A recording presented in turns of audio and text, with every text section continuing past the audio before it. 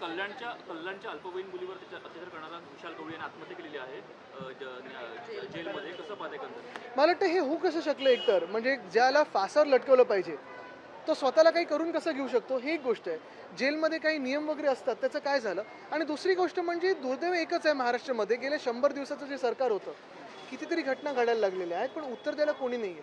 केंद्रीय गृहमंत्री अमित शहा आज मुंबईमध्ये होते. त्यांची भेट एकनाथ शिंदेने घेतली, मात्र त्यांनी नाराजी दाखवली अमित शहाकडे. तेव्हा अर्थ खातं आमच्या फाईल काही करत नाही आणि रायगडचे देखील पालकमंत्री पदाचा मुद्दा त्यांनी उठवला. काल पौर्णिमा होती, काल काही लोक गावी पण जाऊन आले असतील आणि मग जे त्यांना भेटले त्यांनी थोडी काळजी घ्यावी, बस.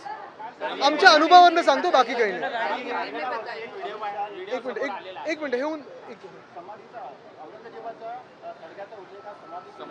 बरोबर आहे, कारण भाजपची हीच भूमिका राहिली आहे. जसं महाराष्ट्रावर मोगल असतील किंवा हे अफजल खान वगैरे सगळेच असतील, हे आक्रमण करत राहिले. भाजपची देखील तीच मानसिकता आहे की महाराष्ट्र लुटायचा.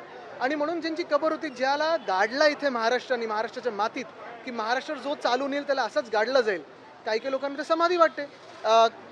काल त्यांनी मला वाटतं महाराजांचा उल्लेख देखील एकेरी केलेला आहे. आणि हे मग जे कोणी आम्हाला बाकीचं शिकवायला जातात त्यांना आता कुठे गेले ते सगळे लोक. महाराष्ट्राच्या 48 खासदारांच्या विरोधामध्ये मनसेने बॅनरबाजी केलेली आहे. त्यांचं म्हणणं की आमचा पक्ष बंद करण्याची एक भैया खासदार मागणी करतो, मात्र महाराष्ट्रात सगळे खासदार गप्प बसतात. पण तो पाठिंबा दिला त्याचं काय झालं? मग ज्यांना पाठिंबा दिला त्यांचे तर खासदार आहेत ना. आणि आत्ता परत भाषण पाठिंबा दिलं. बघा, बिनशर्ट ज्यांनी पाठिंबा दिला ते असं कसं बोलू शकतात?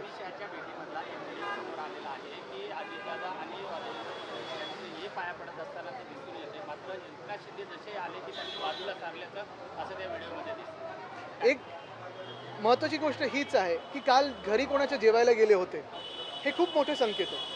हे एशनशी गटांनी किंवा जे तिथे आता हळूहळू पैशासाठी वगैरे जातात त्यांनी लक्षात घ्यावं की पुढच्या काही दिवसात काय होणार. बघा, जे स्वतःच्या ह्याच्यासाठी जातात, स्वार्थासाठी बोलत नाही.